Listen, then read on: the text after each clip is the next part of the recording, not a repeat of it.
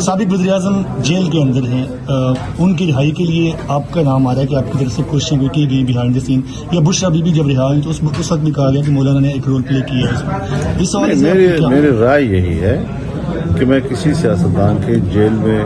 قید کرنے کے حق میں نہیں ہوں۔ تو جب ان کی پارٹی مجھے ملے گی، کوئی تجاویز ان کے پاس ہوں گی، کوئی بات چیت ہوگی تو مجھے کوئی انکار مولانا بتائیے کہ پاکستان تحریک انصاف دوبارہ سے ایک تحریک شروع کرنے جا رہی ہے اور ان کی خواہش ہے، امید ہے کہ آپ بھی ان کا ساتھ دیں، تو آپ ان کا ساتھ دیں گے؟ مجھے تو اس سوال کا جواب نہیں آتا جی، کیونکہ ہم نے یہ فیصلے اپنے ملک میں کرنے ہیں یا برطانیہ میں نہیں کرنے۔ لوگ جاننا چاہتے ہیں مولانا، بہرحال میں بھی اس کے جواب کی پوزیشن میں نہیں ہوں۔ مولانا صاحب یہ بتائیں کہ جو پاکستان کی سیاست ہے وہ ہمیشہ بہت دوڑتی ہے، لیکن اینڈ میں اس کا جو رکتی ہے وہ آپ کے اوپر رکھتی ہے، اور ڈیسیجن میکر اور جو جس کو کہتے ہیں جو کیئرنگ لاتے ہیں وہ آپ ہی ہوتے ہیں۔ تو مولانا صاحب یہ بتائیں کہ جو پاکستان کی سیاست ہے اس وقت کس طرف جا رہی ہے اور فیوچر کیا ہے؟ دیکھیے ہماری بدقسمتی ہے، ہماری پوری جمہوری تاریخ کی جو بدقسمتی ہے وہ یہی ہے کہ ہمیشہ آئین پر اور جمہوریت پر خون مارے گئے، اور ایسی اسمبلیاں مینج کی جاتی ہیں کہ پھر ان کو اسٹیبلشمنٹ کی خواہشات کے مطابق قانون سازی بھی کرنی ہوتی ہے، آئین کی ترامیم بھی کرنی ہوتی ہیں، اور نظام پر عوامی ادارے کی گرفت کی بجائے اسٹیبلشمنٹ کی گرفت بڑھتی چلی جاتی ہے۔ اب یہ ایک مشکل ہے پاکستان میں مستقل طور پر، تو اگر جمہوریت کمزور ہوتی چلی آئی ہے تو سیاستدانوں کا اس میں بہت بڑا کردار ہے، کیونکہ انہوں نے ہمیشہ کمپرومائز کیا، اور جب وہ اپنے مفادات کے لیے اور اپنے اقتدار کے لیے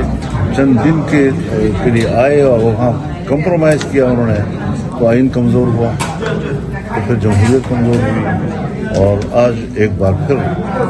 ہماری وہاں کی جو گورنمنٹ ہے وہ پھر جمہوریت اور آئین پر کمپرومائز کرنا چاہتے ہیں۔ ایسا مولانا صاحب ایسا کیوں نہیں ہوتا کہ تمام جماعتیں ایک ساتھ بیٹھیں، یہ لوگ مل جل کے کام کریں تاکہ ان کو تعلقوں کی ضرورت نہ پڑے، لیکن یہ ایک ساتھ ہی بیٹھے رہے ہیں نا، پی ڈی ایم میں ایک ہی ساتھ بیٹھے رہے ہیں۔ اچھا مولانا، نواز شریف صاحب نے آج کہا کہ انڈیکیٹر جو ہے وہ بہت اچھے آ رہے ہیں، اکانومی اچھی ہو رہی ہے، مہنگائی نیچے جا رہی ہے اور ملک بہتری کی طرف گامزن، تو آپ سمجھتے ہیں کہ پاکستان میں بہتری آ رہی ہے؟ دیکھیے ہر حکومت اس قسم کے دعوے تو کرتی ہے، اور ہر حکومت کو ایک سال کے بعد پھر اشارے مل جاتے ہیں، لیکن پبلک تک اس کے ثمرات کب پہنچیں گے؟ بات تو یہ ہے کہ عوام تک اس کے ثمرات پہنچنے چاہیے، غریب آدمی تک پہنچنی چاہیے، مہنگائی ختم ہونی چاہیے، روزگار کے مواقع ملنے چاہیے، اور ملک سے باہر جو پاکستانی بیٹھا ہوا ہے وہ کم از کم اپنا سرمایہ پاکستان کی طرف لائے، اس کو اعتماد ہو کہ میں اپنے وطن میں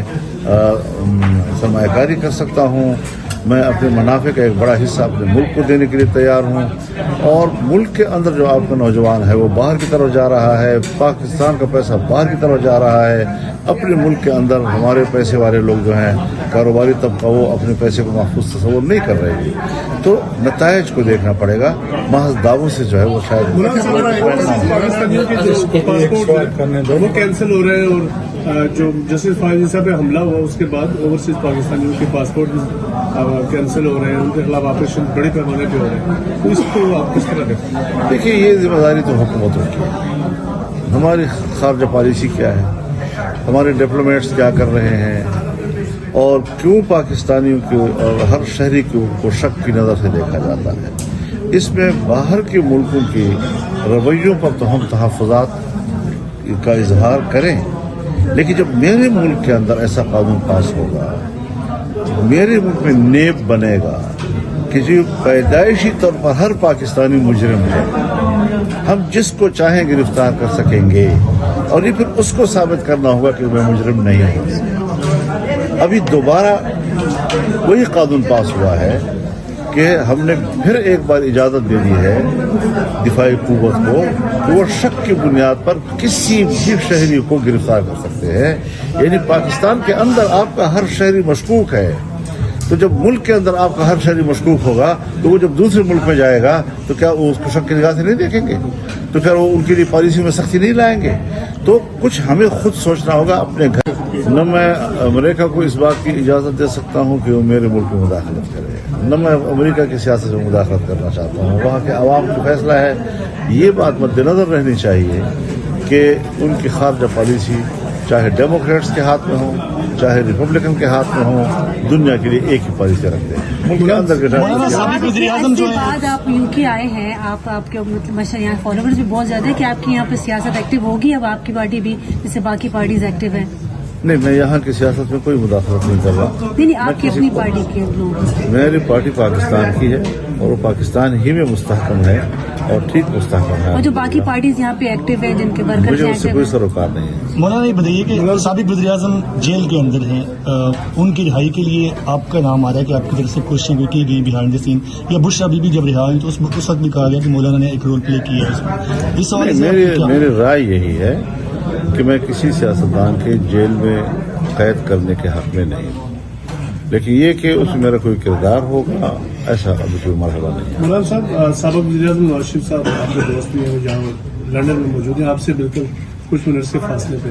تو کوئی ان سے ملاقات آپ کی ہوئی ہے یا کوئی شیڈول نہیں. مجھے معلوم بھی نہیں کہ وہ یہاں پر ہے. اچھا ادھر جو سر خواجہ آصف ہے جو پاکستان کے وزیر دفاع، ان کو ایک بندے نے اوور گراؤنڈ ٹرین میں چاقو سے مارنے کی دھمکی دی اور وہ ویڈیو بڑی وائرل ہوئی ہے، تو اس کو کس طرح؟ میں تو اس قسم کے کسی بھی واقعے کی مذمت بھی کروں گا، لیکن جس ملک میں ایسا واقعہ ہوا ہے اس کی ذمہ داری بنتی ہے کہ وہ اس کو قانون کے مطابق گرفت میں لے. ہم کسی دوسرے ملک کے قانون میں مداخلت نہیں کر سکتے، لیکن ایک چیز نظر عام پر آ گئی ہے تو واقعے پر تو میں مذمت کروں گا. اور کوئی حکومت کا بندہ ہو یا حزب اختلاف، ملک سے باہر اس کو محفوظ ہونا چاہیے اور ان ملکوں کا فرض بنتا ہے